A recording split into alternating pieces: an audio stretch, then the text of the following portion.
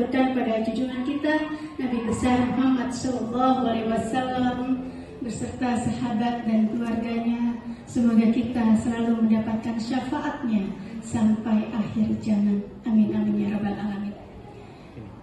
Izin Bapak Ibu, setelah pembukaan ini kita lanjut dengan sambutan dari Kepala Sekolah, dari Ibu Triwindarti. Saya persilakan.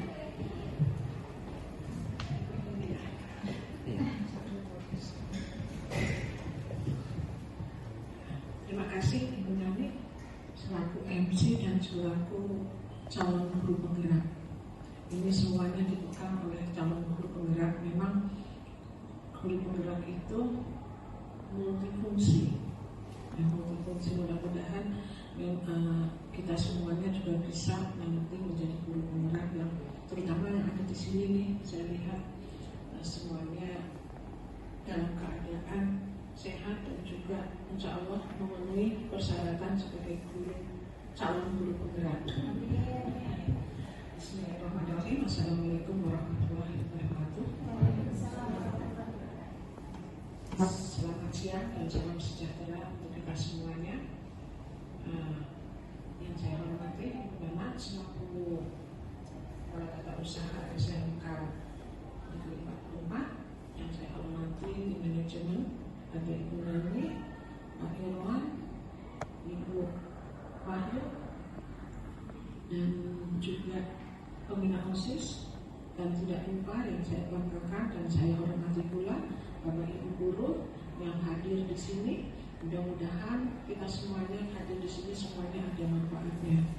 Dan tidak lupa kita selalu panjatkan puji syukur kehadirat Allah Subhanahu wa taala dalam hal ini Di sekolah, khususnya di SMK Negeri 44 Jakarta.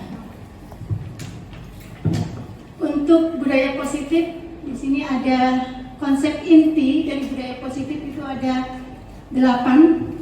Yang pertama yaitu perubahan paradigma baru. Lalu yang berikutnya disiplin positif. Yang ketiga ada nilai kebajikan. Dan keempat ada kebutuhan dasar manusia.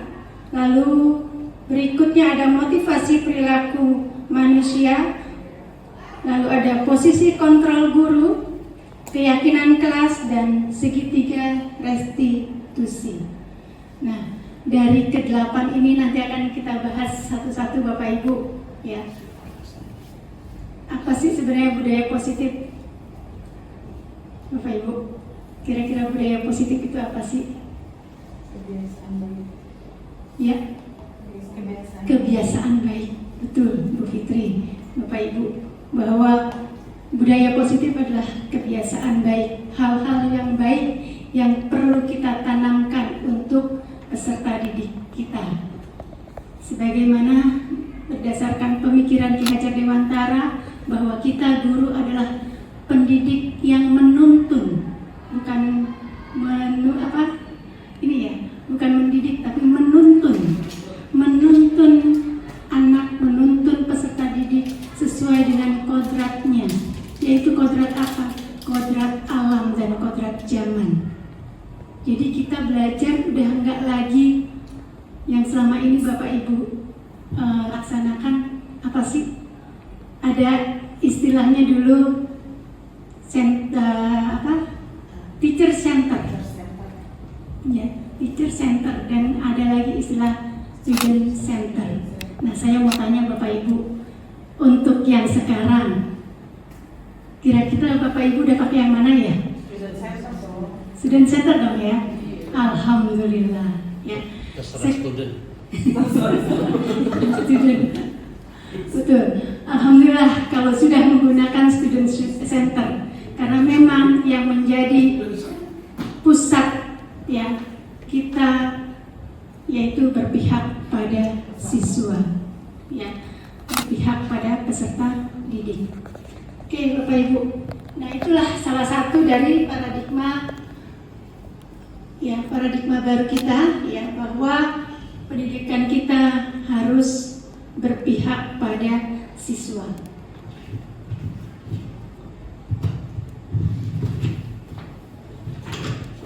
di sini ya, untuk pembelajaran dengan paradigma baru, pembelajaran dengan paradigma baru merupakan pembelajaran yang dirancang berdasarkan prinsip pembelajaran berdiferensiasi. Ya, itu tadi berdiferensiasi ini adalah yang sesuai dengan kebutuhan peserta didik. Kebutuhannya apa? Macam-macam Bapak Ibu. Mungkin Bapak Ibu sudah ada yang memulai setiap di awal pembelajaran mengadakan asesmen diagnostik. Nah itu salah satunya pembelajaran berdiferensiasi. Dari hasil asesmen diagnostik kita bisa memetakan mana anak yang memiliki gaya belajar yang auditorial, kinestetik, apalagi Bapak Ibu? Visual, ya, gitu. Nah, dari situlah. Tapi bukan berarti kita harus bikin RPP-nya macam-macam, tidak Bapak Ibu. Ya, cukup satu. Cuman kita menyediakan berbagai informasinya sesuai dengan kebutuhan anak. Ya. Misalkan Bapak Ibu pelajaran apa, bisnis online, ya bisnis online, jadi nggak semuanya jadi bisnis online. Pelajaran bisnis online, ya. Nah anak diminta tuh untuk mencari informasi, menggali informasi melalui apa saja, bisa dari buku kalau yang senang baca, ya. Yang mungkin lewatnya visual, ya berarti cari di YouTube segala macam, ya. Informasinya seperti itu. Atau yang lainnya, kita yang memberikan sarananya, ya memberikan sarananya supaya kebutuhan peserta didik dapat terpenuhi. Nah, selain pembelajaran berdiferensiasi, ya, sehingga peserta didik juga belajar sesuai dengan kebutuhannya berdasarkan tahapan perkembangan sesuai dari teori psikologi modern untuk mewujudkan profil pelajar Pancasila. Apa saja sih profil pelajar Pancasila Bapak Ibu? Ada 6 ya Bapak Ibu. Ada 6 dimensi. Ada 6 nilai kebajikan yang ada di profil pelajar Pancasila. Ini dia. Yang pertama, beriman dan bertakwa kepada Tuhan Yang Maha Esa serta berakhlak mulia. Berarti ini hubungannya dengan sikap, ya, ketakwaannya, imannya peserta didik. Kemudian ada berkebinekaan global yang berhubungan dengan budaya Nusantara, ya. Budaya Nusantara. Kemudian ada gotong royong. Gotong royong ini bukan maksudnya kerja bakti ya Bapak Ibu. Gotong royong ini kita berkolaborasi, siswa dengan siswa, guru dengan siswa. Ya. Kemudian ada kreatif, lalu ada mandiri dan bernalar kritis. Itu Bapak Ibu. Nah, keenam dimensi inilah yang harus kita terapkan. Nilai-nilai kebijakan inilah yang harus kita terapkan di peserta didik untuk mendapatkan budaya positif di sekolah.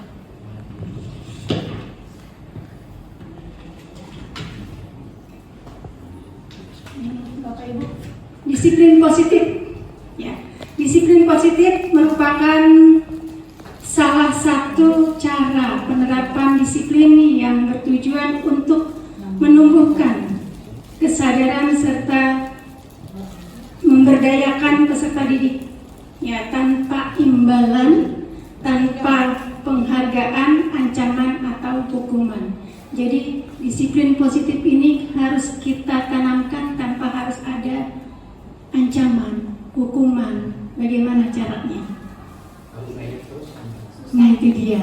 Ada nanti Bapak, ya kita akan saya akan coba ya. Di sini saya bukan mengajarkan ya Bapak Ibu. Kita hanya sharing saja apa yang sudah saya dapatkan dari pelatihan guru penggerak ini, gitu ya. Pada dasarnya saya sendiri masih belajar, ya, masih belajar, masih belum bisa apa-apa gitu ya. Saya hanya sedikit-sedikit untuk belajar dari apa yang sudah saya dapatkan. Nah, dari disiplin positif ini, guru ya sebagai pendidik, tujuan kita adalah menciptakan peserta didik yang memiliki disiplin diri sehingga mereka berperilaku mengacu kepada nilai-nilai kebaikan universal dan memiliki motivasi intrinsik, yaitu motivasi yang dari dalam diri siswa tersebut ya, dalam perubahan perilaku ke arah yang lebih baik lagi. Itu untuk disiplin positif. Kemudian nilai-nilai kebajikan atau nilai-nilai kebaikan yang perlu kita terapkan ya. Di sini ini contohnya Bapak Ibu ada ya. Kalau yang berdasarkan profil pelajar Pancasila seperti tadi ada 6 nilai kebaikannya ya. Dari mulai beriman bertakwa ya, serta berakhlak mulia, lalu ada berkebinekaan global, lalu ada lagi gotong royong, mandiri, kreatif, bernalar kritis.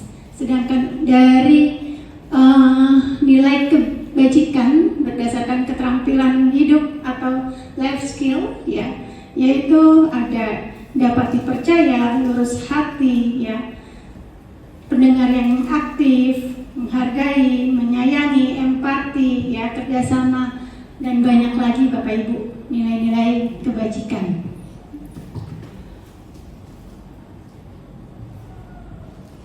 Lalu apa sih ya dari nilai-nilai kebajikan tadi ya yang akan kita terapkan? Kita harus tahu dulu kebutuhan dasar manusia.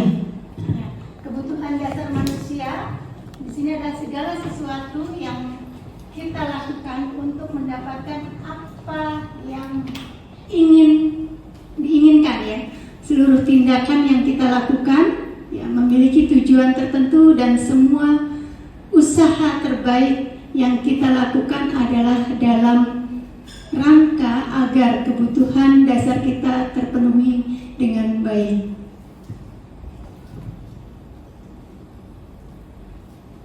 Nah, ini ada kebutuhan dasar manusia. Kira-kira Bapak Ibu di sini ada berapa? 5 ya? 5 kebutuhan dasar. Saya mau tanya, antara Bapak Ibu pasti berbeda kebutuhan dasarnya. Yang paling utama Bapak Ibu, saya akan coba.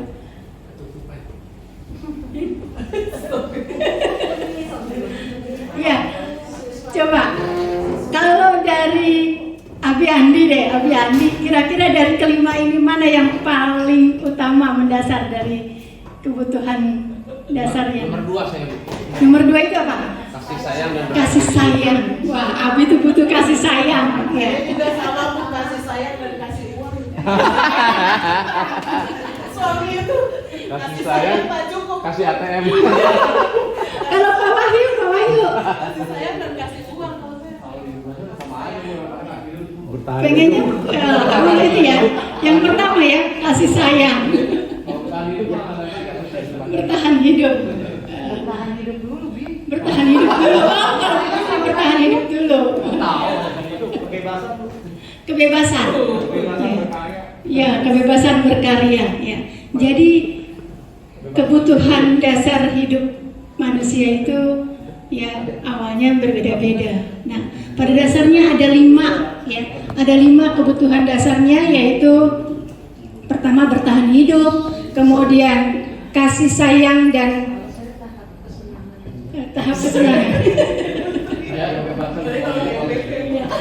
Kasih sayang dan rasa diterima, penguasaan, kebebasan dan kesenangan. Kesenangan.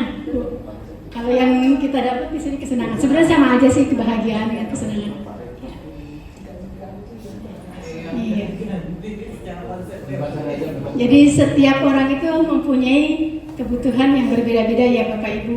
Nah, dalam penerapan disiplin ini kita juga harus paham Bapak Ibu kebutuhan siswa-siswi.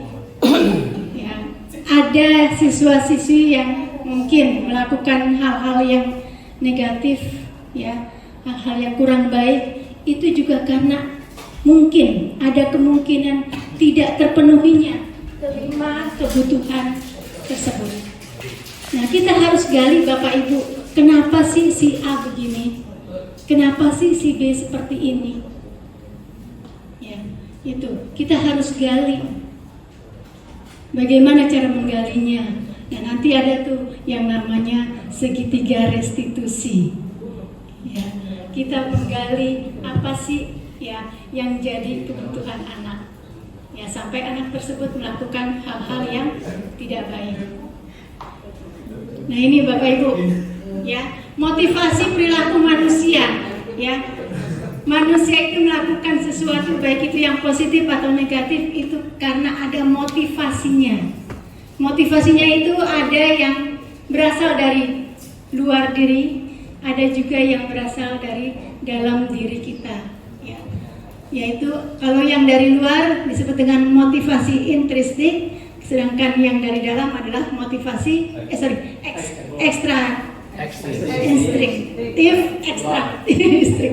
dan intrinsik. Susah banget Ini bahasa apa sih? Ekstrinsik. rasa stroberi. Bahasanya. Ya. Motivasi ekstrinsik ini yaitu untuk menghindari ketidaknyamanan atau hukuman.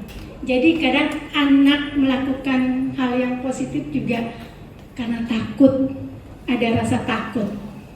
Izin, mohon maaf ya Bu Tini. Misalkan, biasanya anak-anak di sini takutnya dengan Bu Tini. Maafin gitu nggak Bu kan? Tini? Maafin. Maafin ya Bu Tini.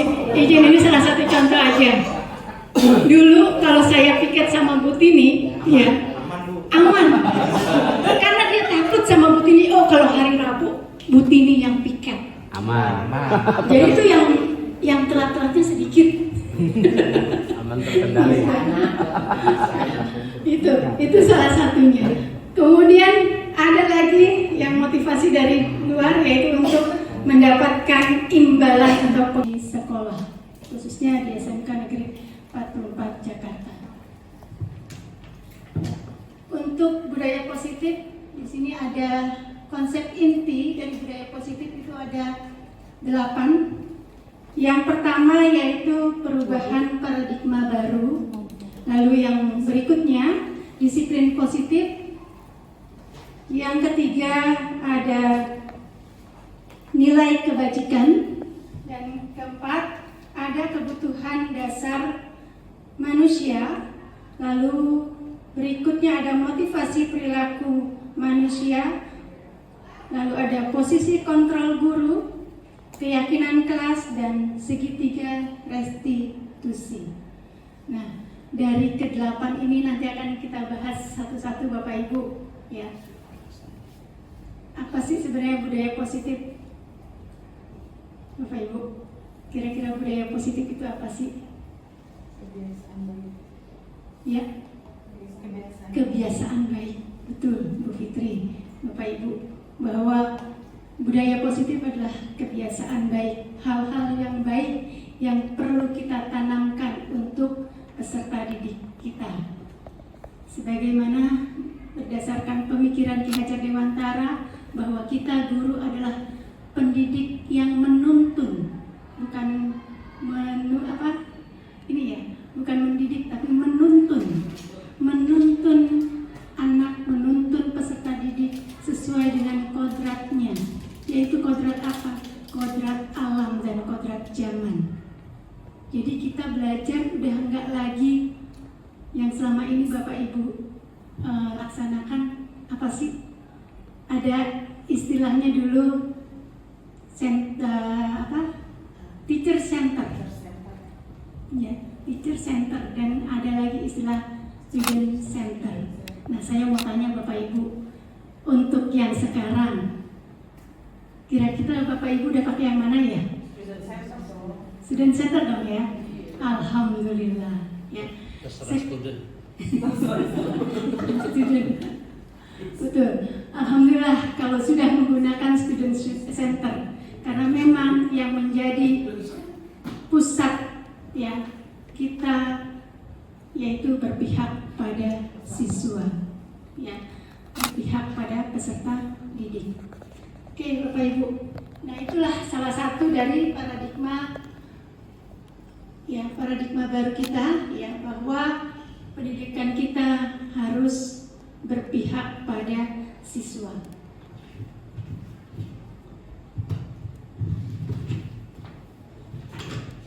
Di sini, ya, untuk pembelajaran dengan paradigma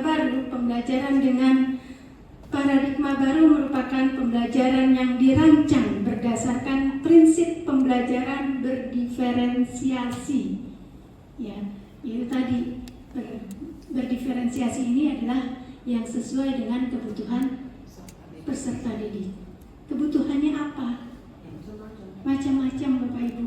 Mungkin Bapak Ibu sudah ada yang memulai setiap di awal pembelajaran mengadakan asesmen diagnostik. Nah, itu salah satunya pembelajaran berdiferensiasi. Dari hasil asesmen diagnostik kita bisa memetakan mana anak yang memiliki gaya belajar yang auditorial, kinestetik, apalagi Bapak Ibu? Visual, ya, gitu. Nah, dari situlah. Tapi bukan berarti kita harus bikin RPP-nya macam-macam, tidak, Bapak Ibu. Ya, cukup satu. Cuman kita menyediakan berbagai informasinya sesuai dengan kebutuhan anak. Ya. Misalkan Bapak Ibu pelajaran apa, bisnis online, ya, bisnis online, jadi nggak semuanya jadi bisnis online. Pelajaran bisnis online, ya. Nah, anak diminta tuh untuk mencari informasi, menggali informasi melalui apa saja. Bisa dari buku kalau yang senang baca, ya. Yang mungkin lewatnya visual, ya berarti cari di YouTube segala macam, ya. Informasinya seperti itu. Atau yang lainnya, kita yang memberikan sarananya, ya, memberikan sarananya supaya kebutuhan peserta didik dapat terpenuhi. Nah, selain pembelajaran berdiferensiasi, ya, sehingga peserta didik juga belajar sesuai dengan kebutuhannya berdasarkan tahapan perkembangan sesuai dari teori psikologi modern untuk mewujudkan profil pelajar Pancasila. Apa saja sih profil pelajar Pancasila, Bapak Ibu? Ada 6 ya, Bapak Ibu. Ada 6 dimensi. Ada 6 nilai kebajikan yang ada di profil pelajar Pancasila. Ini dia. Ya. Yang pertama, beriman dan bertakwa kepada Tuhan Yang Maha Esa serta berakhlak mulia. Berarti ini hubungannya dengan sikap, ya, ketakwaannya, imannya peserta didik. Kemudian ada berkebinekaan global yang berhubungan dengan budaya Nusantara, ya. Budaya Nusantara. Kemudian ada gotong royong. Gotong royong ini bukan maksudnya kerja bakti, ya Bapak Ibu. Gotong royong ini kita berkolaborasi, siswa dengan siswa, guru dengan siswa. Ya.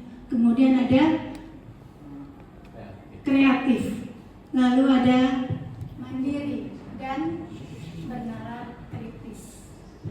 Itu Bapak Ibu. Nah, keenam dimensi inilah yang harus kita terapkan. Nilai-nilai kebijakan inilah yang harus kita terapkan di peserta didik untuk mendapatkan budaya positif di sekolah.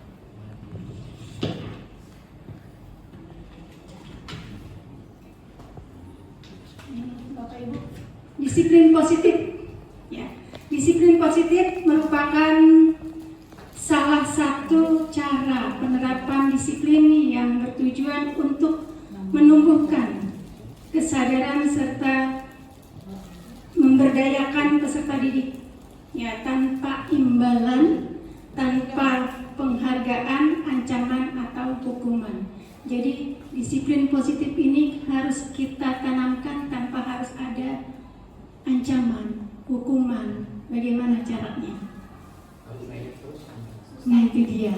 Ada nanti Bapak. Ya kita akan saya akan coba ya. Di sini saya bukan mengajarkan ya Bapak Ibu. Kita hanya sharing saja apa yang sudah saya dapatkan dari pelatihan guru penggerak ini, gitu ya. Pada dasarnya saya sendiri masih belajar, ya, masih belajar, masih belum bisa apa-apa, gitu ya. Saya hanya sedikit-sedikit untuk belajar dari apa yang sudah saya dapatkan. Nah, dari budaya disiplin positif ini, guru ya sebagai pendidik, tujuan kita adalah menciptakan peserta didik yang memiliki disiplin diri sehingga mereka berperilaku mengacu kepada nilai-nilai kebaikan universal dan memiliki motivasi intrinsik, yaitu motivasi yang dari dalam diri siswa tersebut, ya, dalam perubahan perilaku ke arah yang lebih baik lagi. Itu untuk disiplin positif. Kemudian nilai-nilai kebajikan atau nilai-nilai kebaikan yang perlu kita terapkan, ya. Di sini ini contohnya Bapak Ibu ada, ya. Kalau yang berdasarkan profil pelajar Pancasila seperti tadi ada 6 nilai kebaikannya, ya. Dari mulai beriman, bertakwa, ya, serta berakhlak mulia, lalu ada berkebinekaan global, lalu ada lagi gotong royong, mandiri, kreatif, bernalar kritis.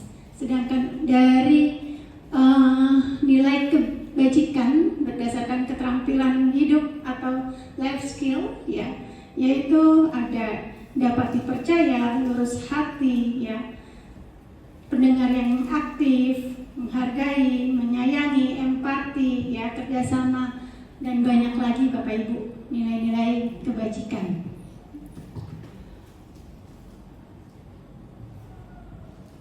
Lalu apa sih, ya, dari nilai-nilai kebajikan tadi, ya, yang akan kita terapkan? Kita harus tahu dulu kebutuhan dasar manusia. Ya, kebutuhan dasar manusia di sini ada segala sesuatu yang kita lakukan untuk mendapatkan apa yang diinginkan, ya. Seluruh tindakan yang kita lakukan ya memiliki tujuan tertentu dan semua usaha terbaik yang kita lakukan adalah dalam rangka agar kebutuhan dasar kita terpenuhi dengan baik.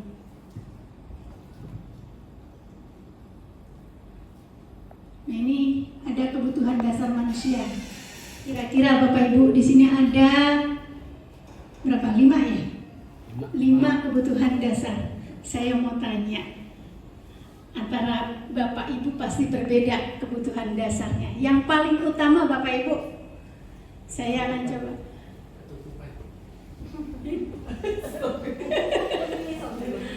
Ya, coba.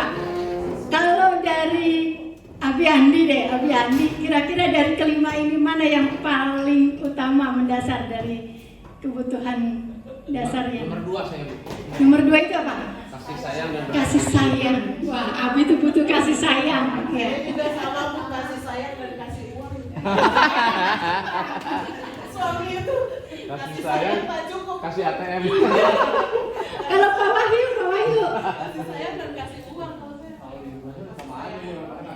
Bertahan pengennya hidup. itu ya. Yang pertama ya, kasih sayang. Bertahan hidup. Bertahan hidup dulu, Bi. Bertahan hidup dulu. Oh, kalau itu bertahan hidup dulu. Kebebasan. Ya, kebebasan berkarya. Ya.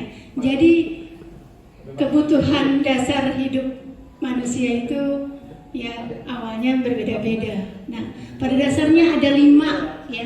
Ada 5 kebutuhan dasarnya, yaitu pertama bertahan hidup, kemudian kasih sayang dan tahap kesenangan. Kasih sayang dan rasa diterima, penguasaan, kebebasan dan kesenangan.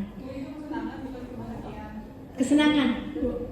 Kalau yang kita dapat di sini kesenangan. Sebenarnya sama aja sih, kebahagiaan dan kesenangan. Iya. Jadi setiap orang itu mempunyai kebutuhan yang berbeda-beda ya Bapak Ibu. Nah, dalam penerapan disiplin ini kita juga harus paham Bapak Ibu kebutuhan siswa-siswi. Ya, ada siswa-siswi yang mungkin melakukan hal-hal yang negatif, ya, hal-hal yang kurang baik, itu juga karena mungkin ada kemungkinan tidak terpenuhinya kelima kebutuhan tersebut. Nah, kita harus gali Bapak Ibu, kenapa sih si A begini? Kenapa sih si B seperti ini? Ya, itu kita harus gali. Bagaimana cara menggalinya? Nah, nanti ada tuh yang namanya segitiga restitusi. Ya, kita menggali apa sih ya yang jadi kebutuhan anak. Ya, sampai anak tersebut melakukan hal-hal yang tidak baik. Nah, ini Bapak Ibu, ya, motivasi perilaku manusia, ya. Manusia itu melakukan sesuatu baik itu yang positif atau negatif itu karena ada motivasinya. Motivasinya itu ada yang berasal dari luar diri, ada juga yang berasal dari dalam diri kita. Ya. Yaitu kalau yang dari luar disebut dengan motivasi intrinsik, sedangkan yang dari dalam adalah motivasi ekstraktif dan intrinsik. Susah banget nih Bahasa apa sih? Ekstrinsik. rasa strawberry. Bahasanya. Ya, motivasi ekstrinsik ini yaitu untuk menghindari ketidaknyamanan atau hukuman. Jadi kadang anak melakukan hal yang positif juga karena takut, ada rasa takut. Izin, mohon maaf ya Bu Tini. Misalkan, biasanya anak-anak di sini takutnya dengan Bu Tini, Maafin gitu nggak, Bu kan? Tini? Maafin. Maafin ya Bu Tini. Izin, ini salah satu contoh aja. Dulu kalau saya piket sama Bu Tini, ya aman. Karena dia takut sama Bu Tini. Oh, kalau hari Rabu Bu Tini yang piket. Aman. Jadi itu yang telat-telatnya sedikit. Aman terkendali. Itu salah satunya. Kemudian ada lagi yang motivasi dari luar yaitu untuk mendapatkan imbalan atau agak banyak nih Bapak Ibu. Nah ini ya. Kemudian, nah di sini Bapak Ibu dalam menghadapi permasalahan siswa kita harus memposisikan posisi kita sebagai guru. Di sini ada posisi kontrol guru, ya. Posisi kontrol guru di sini ada 5, ya. Yaitu ada sebagai penghukum, sebagai perasa bersalah, ya. Kemudian ada sebagai teman, lalu ada sebagai pemantau dan manajer. Nah, kira-kira Bapak Ibu pada saat menyelesaikan masalah kepada anak, Bapak Ibu posisinya di mana? Sebagai penghukumkah? Sebagai yang kedua apa tadi? Pembuat perasa. Pembuat perasa bersalah, atau sebagai teman, atau sebagai pemantau, atau bahkan sebagai manajer? Kayaknya penghukum. Kebanyakan penghukum ya. Gitu. Kebanyakan penghukum. Nah, sedikit saya coba ini kan videonya. Bu host.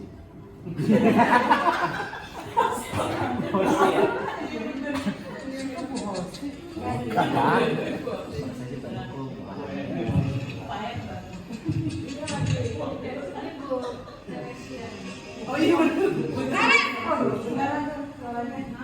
Sini kamu. Kamu terlambat. Kamu deh pasti terlambat.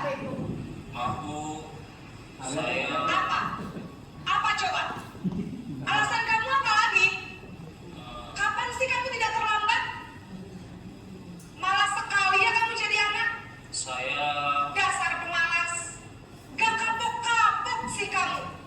Sudah berapa kali terlambat? Sana, kamu keliling lapangan basket 2 kali. kenapa saya harus keliling lapangan basket, Bu? Kenapa? Kamu melawan ibu. Berani-beraninya jawab. Sudah terlambat, masih berani jawab pula. Sekarang, keliling lapangan basket 5 kali sekalian. Biar kamu. Cepat. Pergi sana ke lapangan basket. Ini posisi pembuat merasa bersalah. Dia lagi.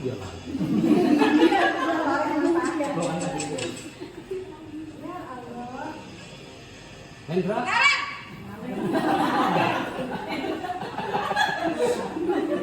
Naren! Ibu, Naren! Kamu kenapa terlambat lagi, nak? Ya Tuhan, Naren. Kamu senang ya bikin ibu susah ya? Kalau kamu terlambat lagi, nanti ibu yang ditegur bapak kepala sekolah, nak. Disangka ibu tidak bisa membina kamu. Ini, maaf, Bu. Bu Gusti Naren. kayaknya buahnya. Kamu suruh kepala sekolah. Terus, sekarang ibu harus tulis apa ini di buku absen? Bantu istri Ini kamu melahirkan, sudah Bu. sering terlambat loh. Ibu harus apa coba? Maaf, Bu. Maaf sekali.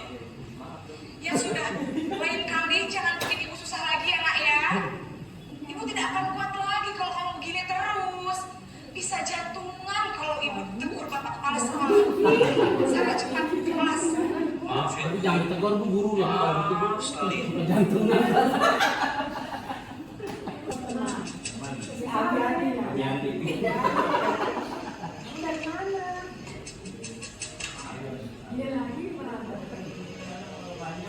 Naren! Kenapa itu? Wah, sudah jam berapa ini nak? Terlambat lagi ya sayang. Iya, Bu. Habis ibu saya membangunkan saya, Bu. Kamu malah menyalahkan ibu kamu. Kamu bukannya anak yang larinya paling kencang. Kok terlambat sih? Iya, Bu. Saya memang terlambat bangun tadi. Jadi, biarpun saya lari kencang, tetap gak kekejar, Bu. Ya sudah sana. Nanti lain kali larinya lebih kencang lagi ya. Biar gak terlambat lagi. Bikin seneng ibu. Demi ibu. Bisa kan? Bisa lah, Bu. Ya sudah sana masuk kelas. Ibu beresin urusan absen kamu. Kamu ini ada-ada saja. Makanya bisa. CCTV.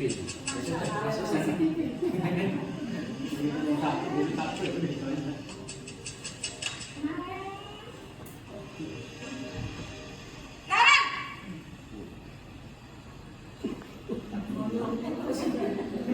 Aduh, Naren, apa peraturan sekolah kita tentang jam berapa kita harus masuk sekolah, nak?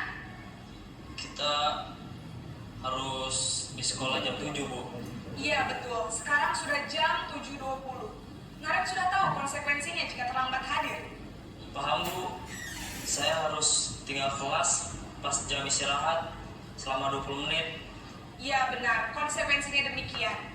Jadi nanti jam 9.30 pas istirahat, kamu harus tinggal di kelas, kerjakan tugas tambahan untuk ketertinggalan kamu, ya? Baik, Bu.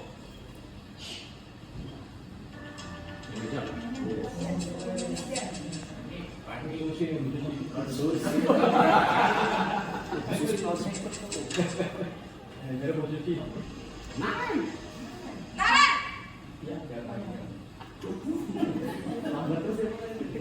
Selamat pagi, Bu. Selamat pagi, Naren. Maaf, Bu.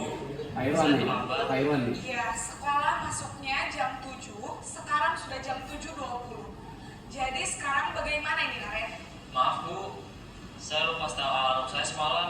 Baiklah, menurut kamu, keyakinan sekolah yang mana yang perlu kamu tingkatkan? Menghargai diri sendiri dan orang lain mungkin ya Bu. Setuju. Jadi, apakah Naren meyakini prinsip saling menghormati tersebut? Iya Bu, saya meyakininya. Apakah Naren bersedia memperbaiki masalah keterlambatan ini? Bersedia Bu. Bagaimana kamu akan perbaiki masalah keterlambatan ini? Saya akan coba untuk tidak lupa menyetel alarm saya Bu. Baik, kalau Naren lupa menyetel alarm di rumah, ada orang yang kira-kira bisa bantu mengingatkan tidak? Ada Bu, kakak saya, Kak Emma. Ada lagi selain Kak Emma? Selain Kak Emma, ada ibu saya. Baik, jadi yang mengingatkan Naren adalah Kak Emma dan ibu kamu ya? Kira-kira akan mulai setel alarm kapan nih Naren? Setelah pulang sekolah, akan segera saya lakukan. Baik, jadi Naren akan setel alarm untuk bangun besok pagi dan akan diingatkan oleh kakak dan ibunda Naren ya.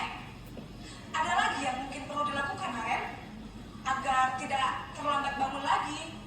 Tidak ada Bu. Baik Naren, terima kasih untuk kerjasama kamu. Sekarang kamu perlu kembali ke kelas untuk belajar. Baik Bu, terima kasih. Ya, Bapak Ibu, kira-kira dari kelima posisi kontrol guru. Ya, di sini kita sudah bisa apa ya? Oh, saya seperti ini ternyata. Gitu kan? Boy banget gitu kan? Yang manakah kita, gitu ya?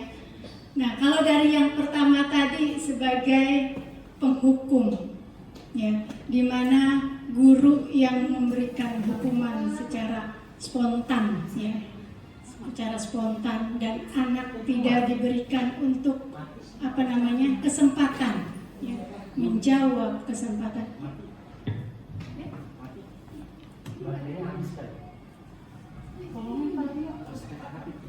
Siswa tidak benar-benar tidak diberi kesempatan, ya, tidak diberi kesempatan untuk mengutarakan apa alasannya dan segala macam. Ya. Kemudian kalau yang kedua tadi sebagai perasa bersalah. Ya. Jadi di sini guru apa ya mengejas ya anak itu selalu berbuat salah. Gitu. Ya. Kemudian yang ketiga tadi sebagai teman. Nah, kalau posisi sebagai teman Bapak Ibu pada saat anak ya kira-kira pada saat anak melakukan kesalahan terus kita memperlakukannya dia sebagai teman, apakah kedepannya anak tersebut akan melakukan perbaikan? Enggak ya Bapak Ibu, dia akan merasa oh selalu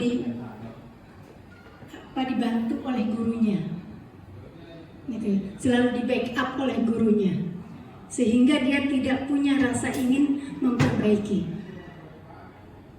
Kemudian yang keempat tadi pemantau, ya, pemantau sedikit membuat anak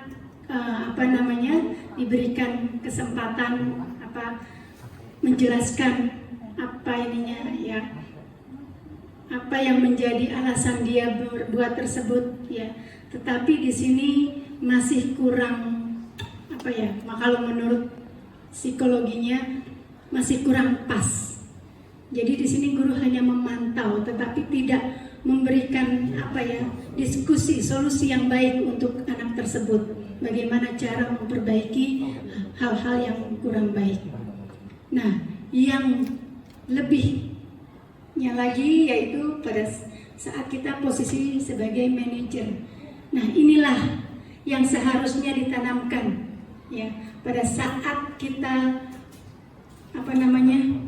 menangani siswa-siswa yang bermasalah. Kita harus di posisi manajer, di mana pada saat di posisi manajer ini kita ya antara guru dengan siswa yang melakukan hal-hal yang kurang baik tadi, yang bermasalah tadi, saling berdiskusi, dan anak sendiri yang akan mencari solusi bagaimana cara memperbaikinya. Kita hanya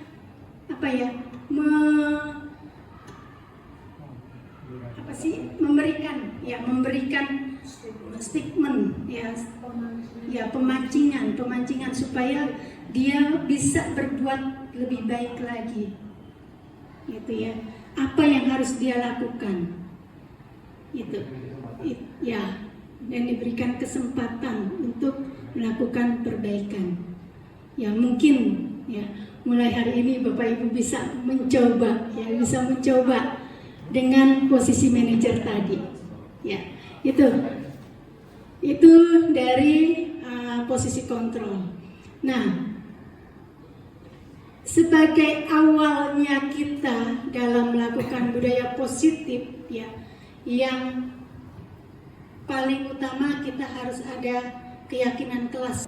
Nah, untuk menanamkan budaya positif di awal dari kelas Bapak Ibu, seperti yang tadi di awal, ya, kita di awal kelas, terutama untuk wali kelas nih Bapak Ibu, tidak wali kelas saja sih sebenarnya, kita karena guru mapel ya, di sini juga harus membuat dulu ya keyakinan kelas.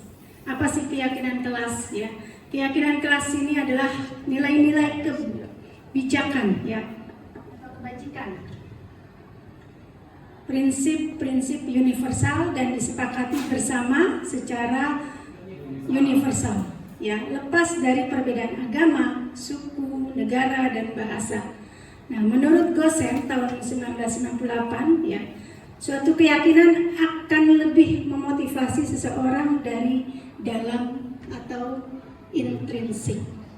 Ya, motivasi itu munculnya dari dalam diri kita. Nah, untuk itu mungkin Bapak Ibu bisa memulai ya di kelasnya nanti kita buat keyakinan kelas. Ya, keyakinan kelas bersama siswa-siswi kita di kelas ya, apa sih ya nilai-nilai kebajikan apa sih yang harus diterapkan di kelas agar menumbuhkan budaya positif ya. Nah, nilai-nilai kebijakan inilah keyakinan kelas ini harus memenuhi nilai-nilai kebajikan tadi, nilai kebijakan ya. Tidak menggunakan seperti kalau peraturan, beda dengan peraturan ya Bapak Ibu. Kalau peraturan itu istilahnya harus ditaati, memang harus taati. Keyakinan juga harus komitmen untuk ditaati. Tapi kalimatnya itu seperti jangan membuang sampah, gitu ya. Kalimat-kalimat itu kan sebenarnya nggak boleh ya Bapak Ibu. Gimana caranya supaya menimbulkan anak itu untuk melakukan hal-hal baik sesuai dengan aturan yang ingin kita terapkan. Ya, buanglah sampah pada tempatnya. Bisa seperti itu. Jadi jangan membuat aturan atau peraturan itu yang istilahnya negatif ya Bapak Ibu. Ya, kata-katanya yang negatif. Nah, itu. Ya, kata jangan itu harus dihindari. Assalamualaikum warahmatullahi wabarakatuh. Waalaikumsalam warahmatullahi wabarakatuh. Ya, hari ini sebelum kita ke pembelajaran TK, ya, di awal kita akan membuat dulu ya peraturan kelas dan keyakinan kelas kalian. Ya. Apa sih itu peraturan? Ada yang tahu peraturan?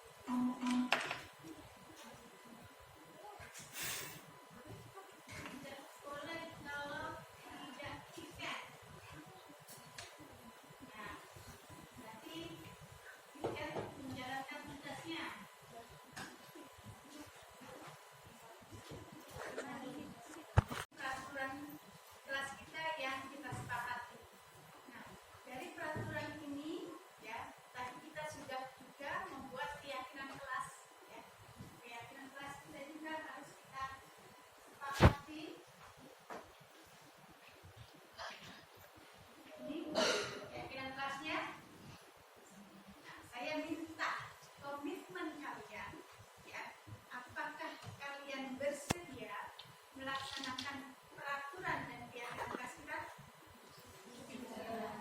Suaranya sedia ya? Sedia. Jangan ngoyo dong, tengok. Ya, jadi saya mohon kerjasamanya untuk kalian laksanakan peraturan dan keyakinan kelas. Ya. Nah, bagaimana kalau yang melanggar peraturan atau keyakinan kelas kita? Ya, nanti kita akan diskusi. Ya, diskusi apa sih? Ya, biasanya kalau sudah mempunyai peraturan atau keyakinan kelas harus yang melanggar ada konsekuensinya. Ya. Konsekuensinya apa? Itu nanti kesepakatan antara yang melanggar dengan yang membuat peraturan dan keyakinan kelas. Oke, saya rasa itu. Terima kasih ya. Kita akan lanjut ke pembelajaran kita. Assalamualaikum warahmatullahi wabarakatuh. Bapak Ibu, yang paling kita inginkan segitiga restitusi ya. Segitiga restitusi ini adalah proses ya, proses menciptakan kondisi bagi peserta didik untuk memperbaiki kesalahan ya. Sehingga mereka bisa memperbaiki atau merubah kembali ke yang lebih baik lagi. Nah, segitiga restitusi ini membantu murid menjadi lebih baik ya, memiliki tujuan disiplin positif dan memulihkan dirinya setelah berbuat salah. Nah, segitiga restitusi ini ada 3 tahapan Bapak Ibu. Yang pertama menstabilkan. Ini dia segitiga restitusi, menstabilkan ya, menstabilkan tindakan.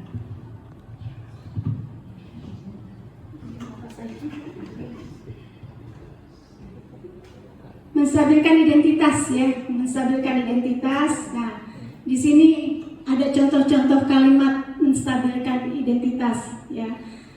Seperti setiap orang pasti pernah melakukan kesalahan. Ya, itu bisa kita ungkapkan ke anak-anak untuk menstabilkan identitas. Kemudian kamu bukan satu-satunya yang pernah melakukan hal ini. Nah, itu menstabilkan ya.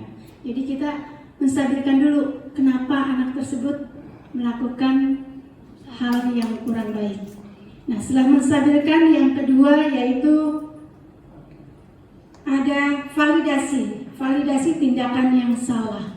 Kita memvalidasi tindakan anak itu benar nggak dia melakukannya. Ya.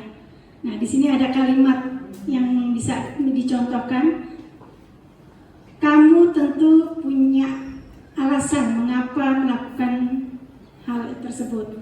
Kemudian, adakah cara yang lebih efektif untuk mendapatkan apa yang kamu butuhkan? Dan yang terakhir ada di tahap terakhir yaitu meyakinkan, ya, menanyakan keyakinan. Ya, kira-kira keyakinan kelas apa yang telah disepakati ya, dan yang kemudian ada kamu ingin menjadi orang yang seperti apa. Ya. Saya sudah berikan ya. Sini yang menstabilkan identitas.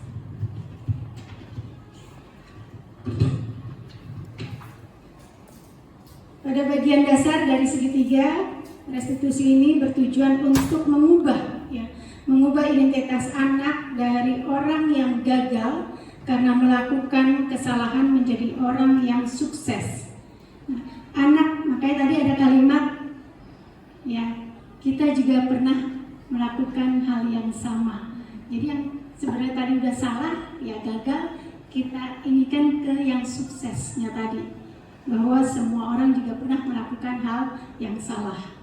Nah, anak yang melanggar peraturan karena sedang mencari perhatian adalah anak yang sedang mengalami kegagalan. Dia mencoba untuk memenuhi kebutuhan berdasarkan kebutuhan dasarnya, ya kebutuhan dasarnya ada. Ya. Namun ada benturan karena kita mengkritik dia, maka kita akan tetap membuatnya dalam posisi gagal kalau kita ingin ia menjadi reflektif.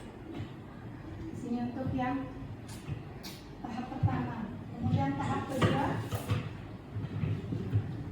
yaitu validasi tindakan yang salah. Ya. Validasi tindakan yang salah.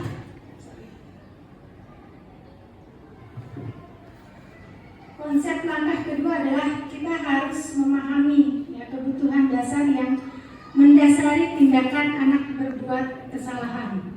Menurut teori kontrol, semua tindakan manusia baik yang buruk maupun yang baik ya pasti memiliki maksud tujuan ya, tertentu. Ketika kita menolak anak yang berbuat salah, dia akan tetap dalam masalah. Yang diperlukan adalah kita memahami alasan ya melakukan hal tersebut sehingga anak merasa dipahami. Ya. Itu untuk validasi tindakan yang salah. Kemudian yang terakhir,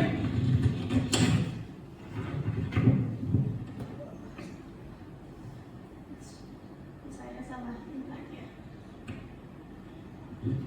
Yang terakhir, menanyakan keyakinan. Itu yang pertama ya. Nah, ketiga, menanyakan keyakinan. Teori kontrol menyatakan bahwa kita pada dasarnya termotivasi secara internal ketika identitas sukses ya telah tercapai. Jadi di langkah 1 dan langkah 2 tercapai, maka anak akan siap untuk dihubungkan dengan nilai-nilai yang dia percayai, yaitu dengan keyakinan kelasnya ya. Dan berpindah menjadi orang yang dia inginkan. Anak melihat kesalahan ya, dihubungkan dengan norma sosial dan nilai-nilai yang mendasari manusia berinteraksi dengan orang lain. Di sini saya juga coba membuatkan video. Ini ada anak yang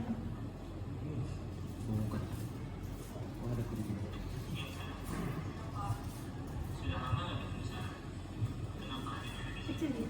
Kesel pak, kesel banget. Masa aku dikatain tukang fitnah pak? Ya aku marah lah.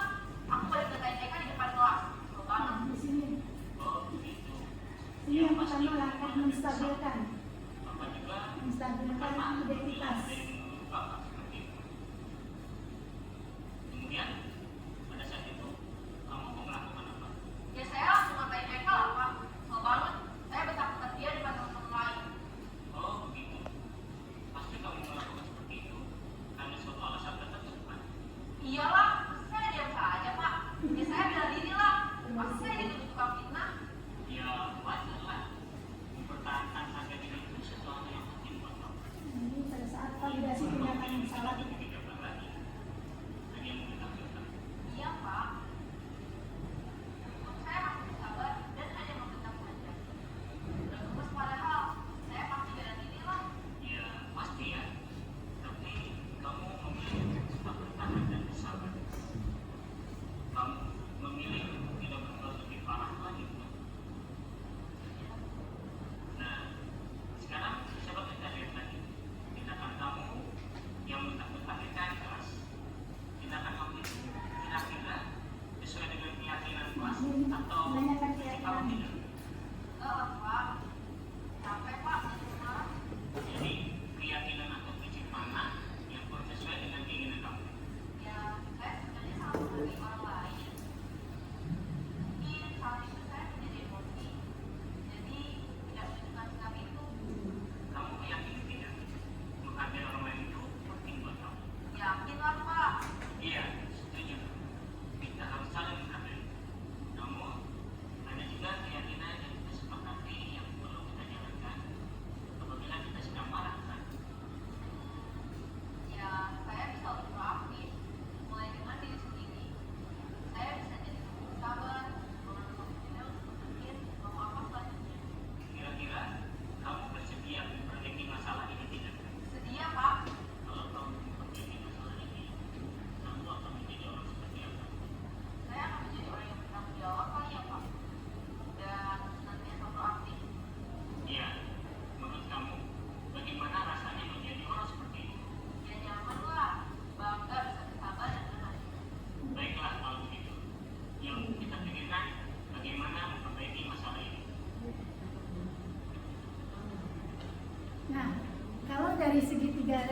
posisi yang kita lihat ya.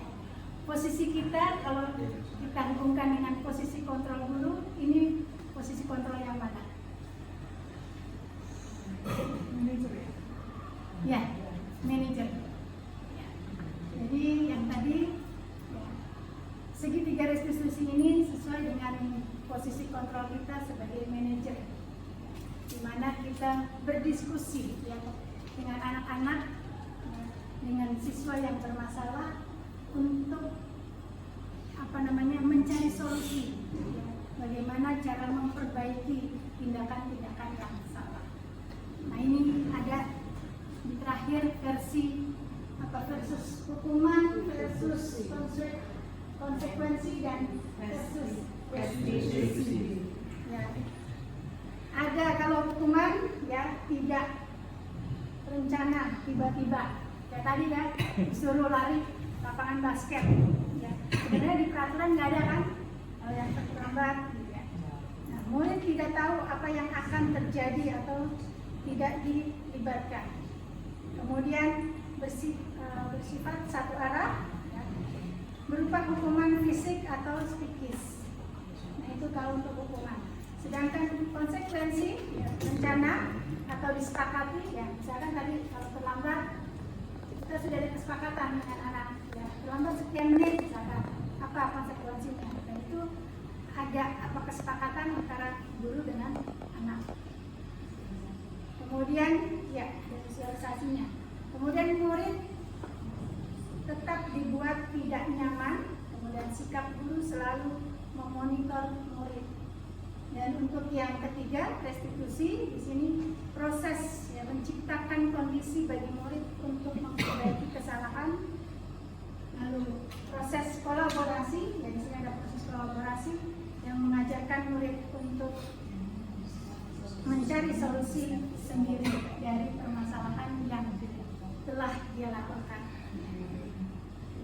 Nah, untuk menjadi budaya positif ya, diawali dari peraturan di kelas. Jadi mohon Bapak Ibu kita mulai ya untuk membuat peraturan dari kelas. Apa yang menjadi aturan-aturan yang harus ditaati anak, dan itu harus adanya kesepakatan dengan anak ya. Dan aturan tersebut harus memiliki nilai-nilai kebajikan ya. Dari nilai kebajikan inilah ya, di dalam penerapannya ya, penerapan disiplin ini harus juga didukung oleh lingkungan yang positif ya. Dari lingkungan yang positif akhirnya akan terdapat budaya positif ya, penerapan budaya positif di sekolah. Oke, terima kasih Bapak Ibu, itu yang bisa saya sampaikan untuk budaya positif. Kira-kira adakah yang kita bisa diskusikan hari ini?